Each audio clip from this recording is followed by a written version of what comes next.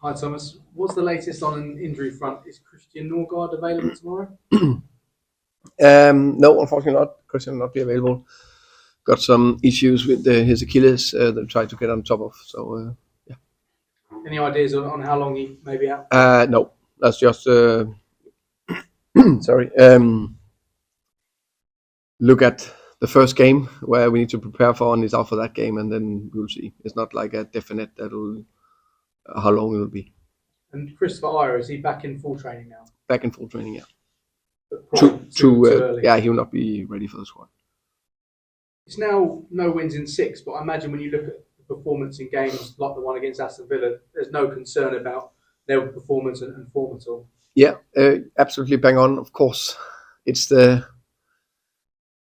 I think that's for me. Like I said, for me, it's the most difficult part of being a head coach that you, and for the players and everyone involved in a football club, you work so hard the whole week and over time to get that win on a Saturday, and when you then on top of that top perform, which I think we did against Villa, and you don't get, you got a point, but you don't get deserved or whatever, something called that in football.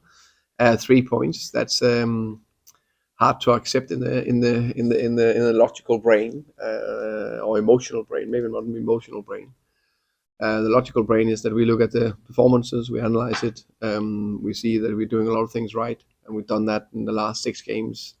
And one of the reason why we've been very good at Brentford is in that all of us, especially Matthew, the owner, Phil Giles, Rasmus Ankersen before, now Lee Dykes, myself included, taking me away maybe 24 hours after the loss, not too emotional, looking at what we are doing well, look at the underlining metrics, and on the underlining metrics has actually shown that we are doing very well the last 6 games. Looking with my analytic eyes and football brain, still a lot of things we'd like to improve and do better always, even against Villa that's close to be a top performance, even against when we beat the Man United, things we wanna do better. But all that added together, we are in a good place. Do we want to get over the line to win? Badly. Do we hope it happens tomorrow? Yes. Will it be difficult tomorrow? Yes. But can we do this with a calm, cool approach? Then we can keep developing like we've done the last 4 or 5 years. It looks like 7th place will now guarantee European football. Is that a realistic target for this club now? 7th place. I've never looked at any specific position, first, third, second, first, second, third, or 7, or 10, or whatever. We just want to do everything we can to win the next game and end as high as possible. So that the aim is, I said it before, we have not won in 6, but we are looking behind. We look at the performances, but of course we just like to win. So first thing first, try to win tomorrow. Chelsea now their 4th manager this season. They haven't won in 7 matches. You'll be hoping for another special trip to Stamford Bridge after what happened there last year. Of course, last year was a special night in Brentford's history.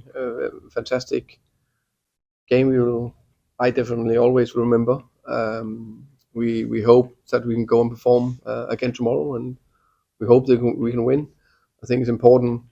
I think we all know that Chelsea have been struggling a little bit this season. Very good players.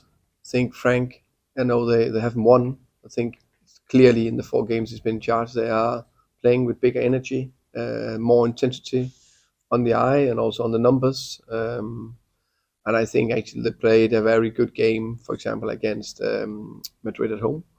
And Madrid at home, as far as I know, I think they won a tiny cup title last year in Champions League. So it's top players, and on the day they bought players for 600 million pound in the last 2 transfer windows, and they haven't forgot to play football. And sometimes it takes one moment, or now they had a good week to work with them at Stamford Bridge.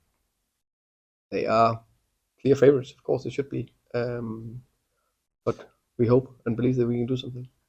How significant would it be for Brentford to Finish above Chelsea and Fulham this season. I know there's this local rivalry against the two clubs. So with that in mind, of course, it would be nice. But I don't have any specific clubs I want to end above. I just want to end as high as possible. And if you want to end as high as possible, there'll be a few below you. Yeah.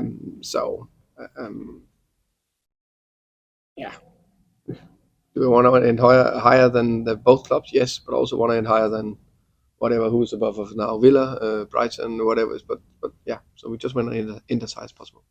And finally, for me, there's a report that Manchester City are interested in Aaron Hickey. What have you made of his first season at Brentford? Good young player that we believe a lot in, that I think have taken some good steps in the right direction. I think actually he played a very good game against Villa last game. And I think he's progressing very well. He was a little bit unlucky getting an injury mid-season that kept him out for quite a few games. A lot of things to improve, a lot of things he needs to do better, but we are pleased with his first season. But there's much more to come for him. Okay. Hey. Hi. Just to pick up on what you said about you were able to pick yourself up and the club, your boss is looking at things rationally. Then how do you, after this run maybe, how do you then get the players to do that? Because it was maybe a bit easier for you, but the players maybe a bit less experienced. How do you get them to do it? Good question. I think again we try to be consistent in our behaviors towards the players and our analysis of the game. So we look at every game more or less the same way.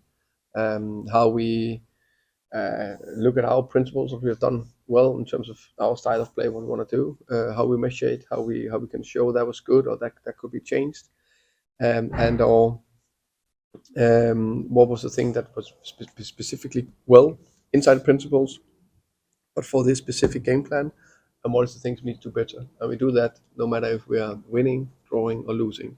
I think that bit is very important.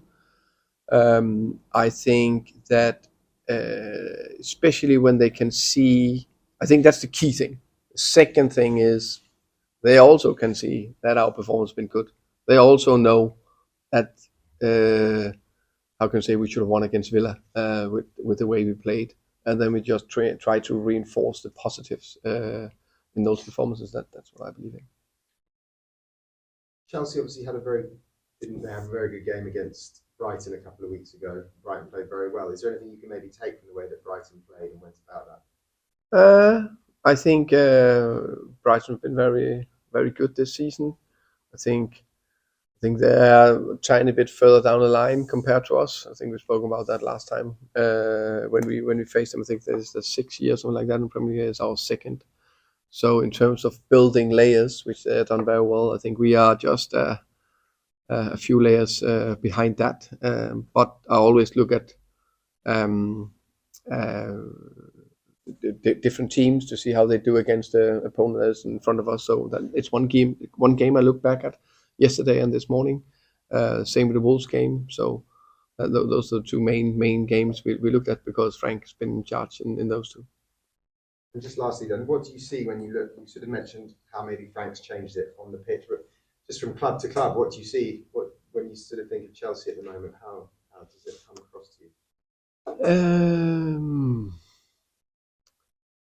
And I don't think it's my job to go in depth about Chelsea. I think it's obvious that they have bought a lot of players, and they, like any other club that buy a lot of players, they need to settle in and how can you say, find the relationship and find what is working. They've started a project last summer-ish, and that will take some time before that is fully up and running. Welcome. Anything else under immediate embargo? Yes. Just to build upon the team news, when Charlotte came off weekend, you said it was cramped. Is that still the case? Are you available tomorrow? Yes, he's available tomorrow. Still the case. Cramp, just fatigued. Had said that before. For me, the best performance he's had in a Brentford shirt. Very pleased with that. So he was just. We knew that he came from Freiburg, that we had to build him to play with even higher intensity, because he hasn't played that much senior football in his career. So he's working very hard to get up there, and he was just very fatigued. You actually kind of touched on my next question about Charlotte. Since his arrival in January, what have you been able to learn about him, and what areas do you see? I think he's a young player that every young player and every player have a potential that we need to maximize and do our best to maximize. I think it's clear for everyone that he's relatively quick, and especially when he's running behind. And I think the first bit you would like to add in a team is that you can trust him defensively. And we can do that more and more. I think his abilities to press, his ability to know the triggers, his ability to know the key principles there. Okay, check, because he has his natural pace and ability to running behind that we just need to release. So he just go Kevin, go out and express yourself and show yourself. And then we're adding more and more layers also offensively, and that will come. One final thing, and it's another part about an individual. Kontra wasn't part of the squad that day. Didn't mention him in terms of injuries at the last press conference. Minor injury, minor calf strain. Unfortunately, that will keep him out for Wednesday as well. Yeah, nothing major.